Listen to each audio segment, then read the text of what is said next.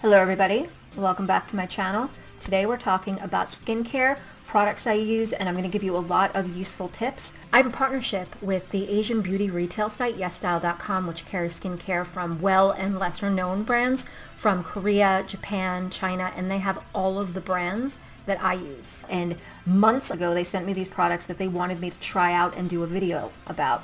And they were kind of up my butt about getting these things done. These things take at least 4 to 6 weeks to see any kind of results as to how well they do. As they're sending me angry emails, I figure let's just go through some of these products because now I've had ample time. As we can see, one of the bottles they sent me, nearly empty. So I want to use this opportunity to talk to you about a lot of skincare issues and a lot of different things that we might be going through with our skin. For example, I talk about this so much and because it is such a common issue, dehydrated skin and being dehydrated. Why do I mention this? Because this is something that often lands somebody in a med spa or a plastic surgeon's office unnecessarily because here they are thinking, I have all of these wrinkles that need to go, when in actuality, they're not drinking enough water or they have dehydrated skin. Dehydrated skin is not a skin type. Dehydrated skin is a skin condition. If you're experiencing it going through physical examination, it's almost impossible to tell the difference between dry and dehydrated skin because it's generally the same the way it kind of expresses. You're going to have dry, tight, sometimes flaky, peeling, really uncomfortable skin. And that's the same with both dry and dehydrated, but the difference is this. Dry skin is lacking in oils, whereas dehydrated skin is lacking in water. So you can get away with treating your dry skin with very thick, heavy creams. Oils will cause it to resolve on its own. However, if you use this technique on dehydrated skin, you won't make a dent. So one of the things that I was sent was this product by Mixsoon. I was sent a lot of Mixsoon stuff. And if you've heard of Mixsoon, I was not particularly taken by it because when I saw it, it just seemed like this bells and whistles gimmicky thing. And I thought it was just going to come and then go, be a fad, right? No, not with this one in particular because this is the Mixsoon Glacier Water Hyaluronic Acid Serum. And I loved it. It's nearly empty. So I was able to use this. I was able to really try it out. And it says what it does what it says. It hydrates your skin. Hyaluronic acid, I think, is a very important step in anybody's routine. And hyaluronic acid is something that depletes in us as we get older, as our barrier gets compromised for whatever reason, environmental, or what you're eating or what you're not eating. Now, hyaluronic acid is existent in our skin, in our tears, in our saliva. It's pretty much in every cell in our body. So it's not like it's an unnatural thing that you're applying. But not all hyaluronic acids are created equal. Something else that they sent me is Isntree. As you can see, a little bit low, huh? I have another one. So this is Isntree Ultra Low Molecular Hyaluronic Acid Toner. So as you can see by the name, the ultra low molecular, that there are different molecular weights of hyaluronic acid, and here's the reason why. So the lower the molecular weight, it's going to absorb a lot deeper. So you're going to actually have it penetrate the skin a lot more readily, a lot more easily. This is going to work beneath the surface. Anything else, medium and above, that's going to work on a surface level. So you're going to want to combine, if you're going to do ultra low, penetrates deeper. Anything heavier, it's going to stay on the surface and still do the work. So I think both is a really good thing. I was using both of these. I need to order another one because I am going to be ordering this now because I do really like this. So this one works really well. I apply it to a cotton toner pad. I use 2 and I use these cotton pads and I just slap them to my face and I move them around when I have time. When I don't have time, I just sort of swipe it over and it immediately brightens the skin and it hydrates. So this is a great first step, always a first step. I would follow it with the ordinary niacinamide. So the thing about niacinamide is that niacinamide is something that's going to work on the texture and the surface of your skin. It's going to work on things like pores. It's going to work on things like fine lines and more specifically things like hyperpigmentation. There has been research and notable studies done to show that niacinamide has been proven within around a 4 to 6 week, which is usually how long it takes, has been shown to reduce hyperpigmentation on skin. So it's highly recommended. So I would use the niacinamide, follow it up with the Glacier Water Hyaluronic. It's thicker in texture, so if I can show you, it's a little bit thicker.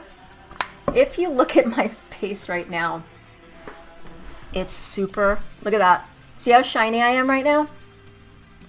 I remember when my sister first started getting involved in skincare and doing this sort of thing, and she kind of took it overboard and went to a family barbecue, and my Uncle Al looked at her and he's like, "Maria, is your face wet?"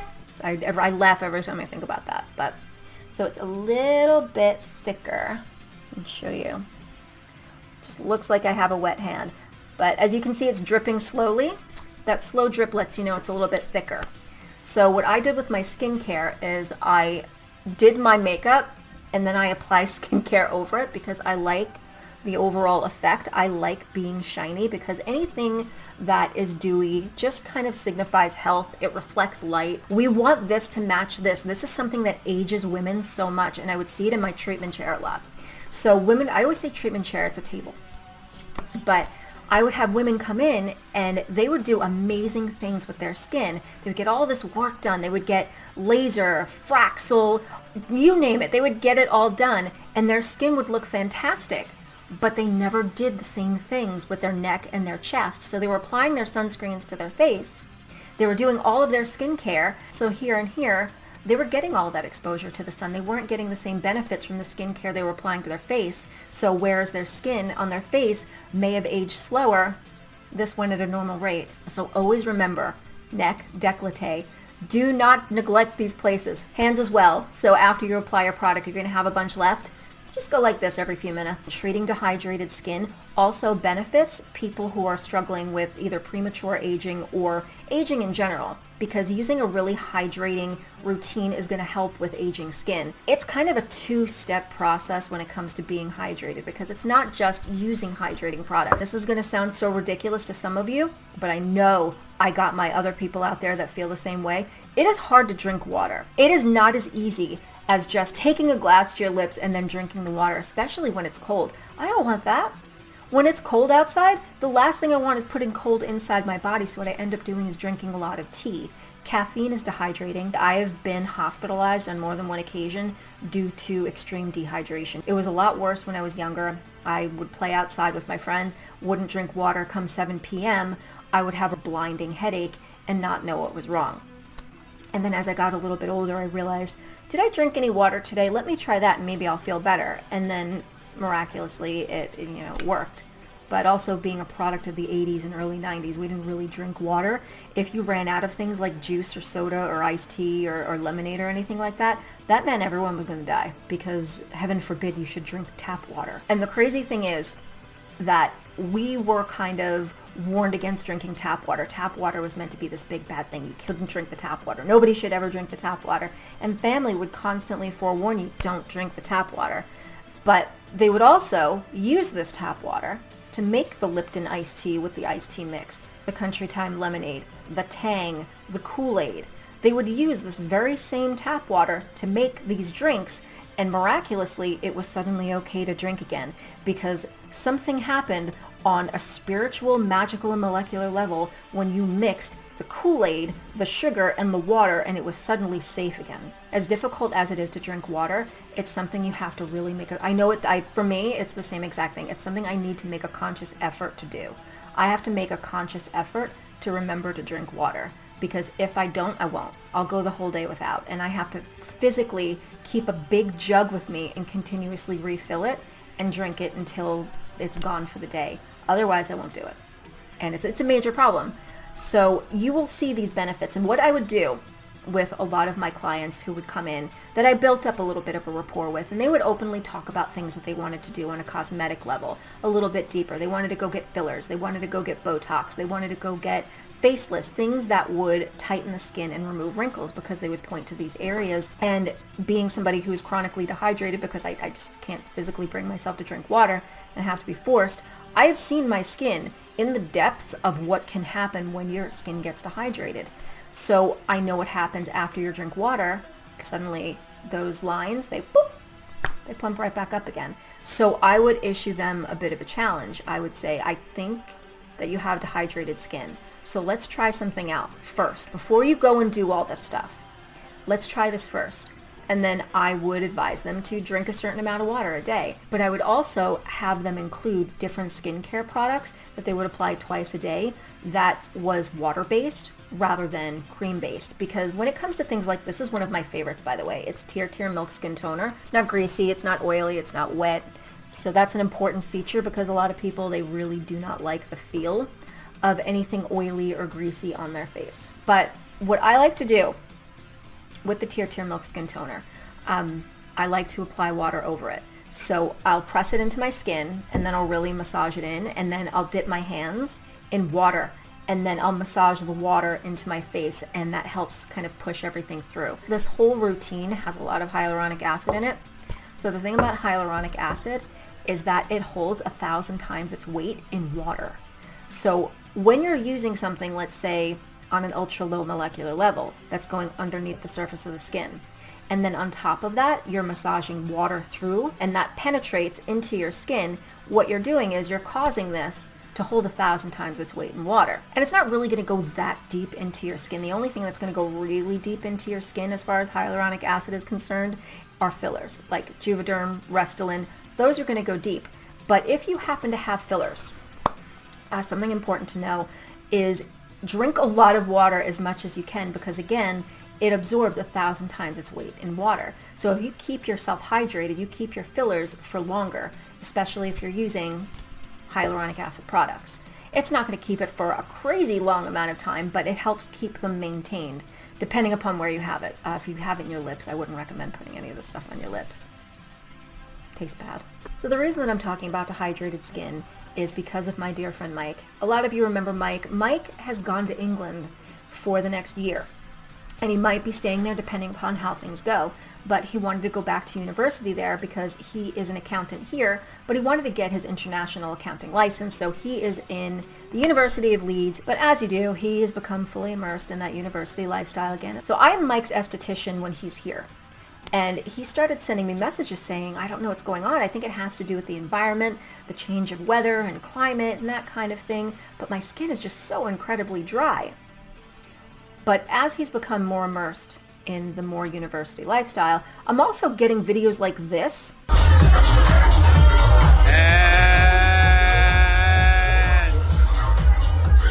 On top of his increased sugar intake, which he's been posting videos of that as well, which hardly I can begrudge him that, because having lived in England myself, they have the best chocolate, they have the best desserts like Eton Mess sticky toffee pudding, they have fresh cream Belgian buns. Just walk into a Greg's. Increased sugar intake, all of his shenanigans, and his skin is bearing the brunt. So that really just kind of furthers the point where a lot of people think that they have these issues with their skin where it requires some drastic intervention. They have to go and get a Fraxel laser treatment. Look that up. See, it's pretty aggressive, but it's cool as anything. But they think they need to get fillers. They think they need to get a mini facelift, where in actuality, they just need to drink a little bit more water. They need to eat a little bit more fruits and vegetables. They need to incorporate different things into their diet. They need supplements. They need to maybe change the products that they're using from creams to something more water-based. So when your skin is dehydrated versus dry, a lot of people do the same thing. They will treat their skin like it's dry, and they will be applying these thick, heavy creams, oils, you name it, and all that's doing is sitting on top of the skin, and it's not fixing the issue because it's not getting through. What you want is something liquid, and the reason is, so this is a toner. Western toners, way different from Eastern toners. The Eastern toners are the way to go when it comes to hydration, and the only difference between this and a cream is the carrier. One uses a cream as a carrier, this is using a liquid as a carrier, and this penetrates by far better. If you're dealing with dry skin and you want to assess whether or not it's dry or dehydrated, what you really need to do is you need to assess your diet. You need to assess how much water you're drinking in a day and what it is you're doing with it and how you're treating it. And I get that it takes a lot to do this whole routine, so if you can condense it down to a few steps, so to simplify it as much as possible, you're going to want to do the double cleanse. First cleanse is going to be your oil cleanse, and the oil cleanse is going to take off anything superficial. Anything like sebum, sunscreen, which I hope you're wearing. Always wear your sunscreen. That should always be your first step. I don't care what nationality, ethnicity, or race you are. The sun gets us all. Wear your sunscreen. So the thing about oil cleanses is it's going to get all of that superficial stuff off first. I was taking my makeup off with jojoba oil, and that is some thick stuff, and I only use the jojoba oil when my makeup is a little bit aggressive. So I just took the jojoba oil in my hands and I was massaging my face just to get it off, and then wiping it off with a cotton pad. But the jojoba oil is so thick it remains on the skin. If I went in with just my water cleanse, like my Neogen Foam and Green Tea face wash, it would have left a thickness and a film on my face. However, I went in with my oil cleanse first, and this is what happened. When I went in with my oil cleanse over the oil, I felt it immediately breaking up that jojoba oil. So when that happened, it was kind of like a physical representation of what I knew about oil cleanses. But for the first time, I was actually feeling it break up that oil on my skin because it was so heavy and thick underneath. So I definitely recommend the oil cleanse. This is the brand that I use, but there are so many different types that you can go through and just check and see which works best for you. And then obviously follow up, for me, Neogen Foam and Green Tea face wash. So that's what I tend to use. That's what I always recommend to people. There are other brands that you can use. This for me is the best one. Hada Labo also makes a really good one. So following that, you're going to want to moisturize your face, right? What I would recommend, if you could only do one, just one, definitely the Tear Milk Skin Toner. This one is my favorite, and I like that you can put it over your makeup. And you don't have to put it over your makeup if you don't want to, but I like that you can. You kind of put it in your hands and you pat it, and then you just doop, doop, doop. I really like it. Like I said, it's like one of my go-tos. So these are the three that I recommend, technically four, because you're going to need a sunscreen.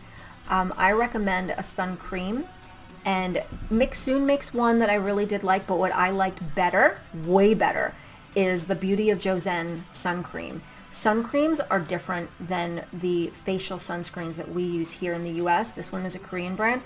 100%. I'm obsessed with it. It's so hydrating and it looks great under makeup. And the thing is, as a goth, some of us are on so many different spectrums on the makeup side of things. Some don't really wear makeup at all. Some wear a little bit. Some go full trad. And that's the thing. Sorry, my dog is running around in circles. The thing is, if you go full trad, for example, I know a lot of people who wear that makeup find it a lot easier to use makeup wipes, which aren't bad, but I'm not very pro makeup wipes. And the reason that I'm not pro makeup wipes, despite the fact that they're very convenient, I find that they're very drying. I find that they strip the face. I find that they kind of pull at the skin. And I think that they're a little bit aggressive.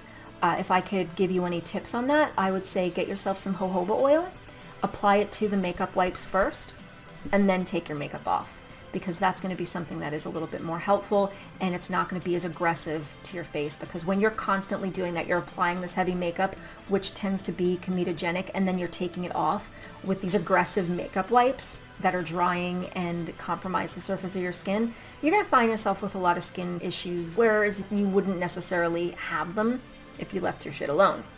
But let's face it, none of us leaves our shit alone. We're going to mess with it. So if we're going to go that route, you're going to wear the heavy makeup. I'm like the in-between, not quite trad, but I'm not minimalist. I still need to use things like the jojoba oil to take it off and make sure that I'm not stripping the skin, I'm not damaging it, I'm not pulling it, I'm not drying it out. So there are little things that you can do to still remain convenient. You know, you're using the makeup wipes, but you're being a little bit kinder to your skin. When it comes to jojoba oil, it is so similar to your skin's natural sebum that your skin genuinely can't tell the difference. But again, when you're using a double cleanse, you're using a cleansing oil.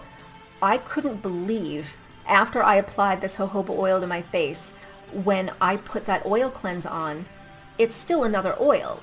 But when I applied it, I immediately felt it breaking the jojoba oil up off of my face. So that was such a huge testament to me that the double cleanse is definitely effective. Essentially, with your first cleanse, the oil, you're breaking up all of that superficial stuff. Any makeup that you're currently wearing, any sebum, sunscreen, anything like that, that's coming off. And then your second cleanse, that's going to make your second cleanse the most effective.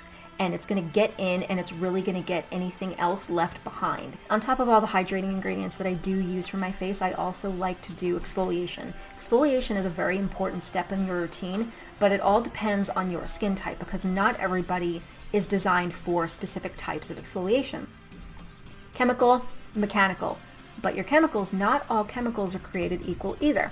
because you have enzyme, you have lactic, you have glycolic. I personally like glycolic and enzyme. If you're Asian, you might find that enzyme treatments are a lot more effective. So skincare products aside, which I think is super important for a healthy base, when it comes to my skin, for example, being part Asian, my undertones are yellow olive. So I do a lot better with Korean foundations, and my brand is Tear Tear. The color range on Tear Tear is amazing. It's a cushion foundation.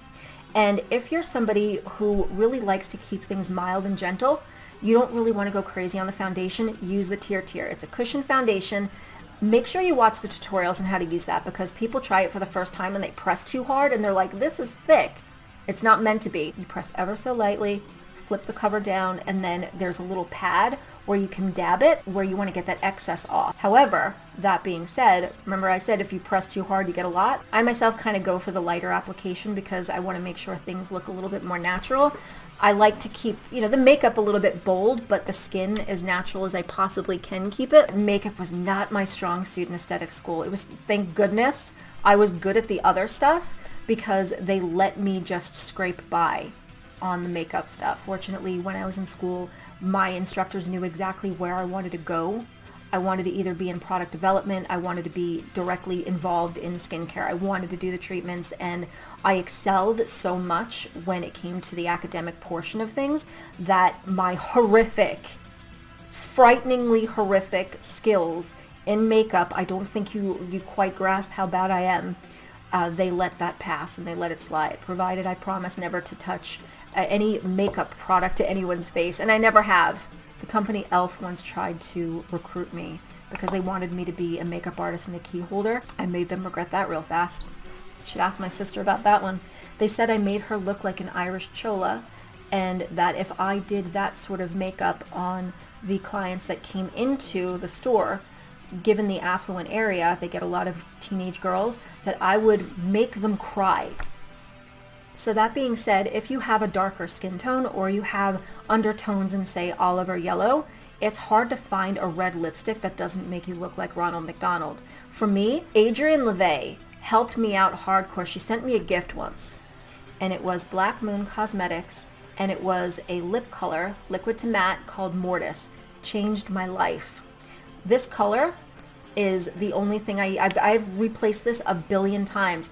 Black Moon Cosmetics has the most amazing color palettes and really unique. So on my eyes, I don't know if you can tell, it's like this weird mustard color, but oddly enough, those are the colors that look good on me, like orange and mustard, but I'm gonna go with it. But back to the lipstick, if you have darker skin, if you have olive or yellow undertones, this is probably the best lipstick I've ever used.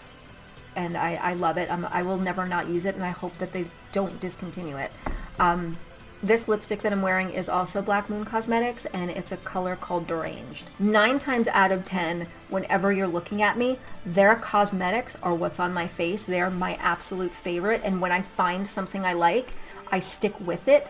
And what I hate about skincare is that I'm always nervous about trying something and falling in love with it because they discontinue it, they change the formula, and that really bothers me. So I used to use, so this is actually a replacement. I was using Garnier Cream Skin Toner. That was like my favorite. And then they went and changed it and made it more expensive as well, but they changed it. And then once they did that, I'm like, I need to find a good replacement for that. And this has by far not only exceeded my expectations, but it's better than the Garnier as far as I'm concerned. So, and a better price point, because inexpensive is definitely an important factor when it comes to anything. So it's also really important to note that our skin is a really good gauge for what's going on inside our body. If we're not drinking enough water, if we're not getting enough nutrients, your skin's going to show it. So if you're using a lot of these skincare products and you're really paying attention and using it as it's intended and you're not seeing any results, it's really important to look within. What are you eating? Are you getting enough water? Are you smoking? are you doing anything that is going to be detrimental to your body? Are you taking in any illegal substances?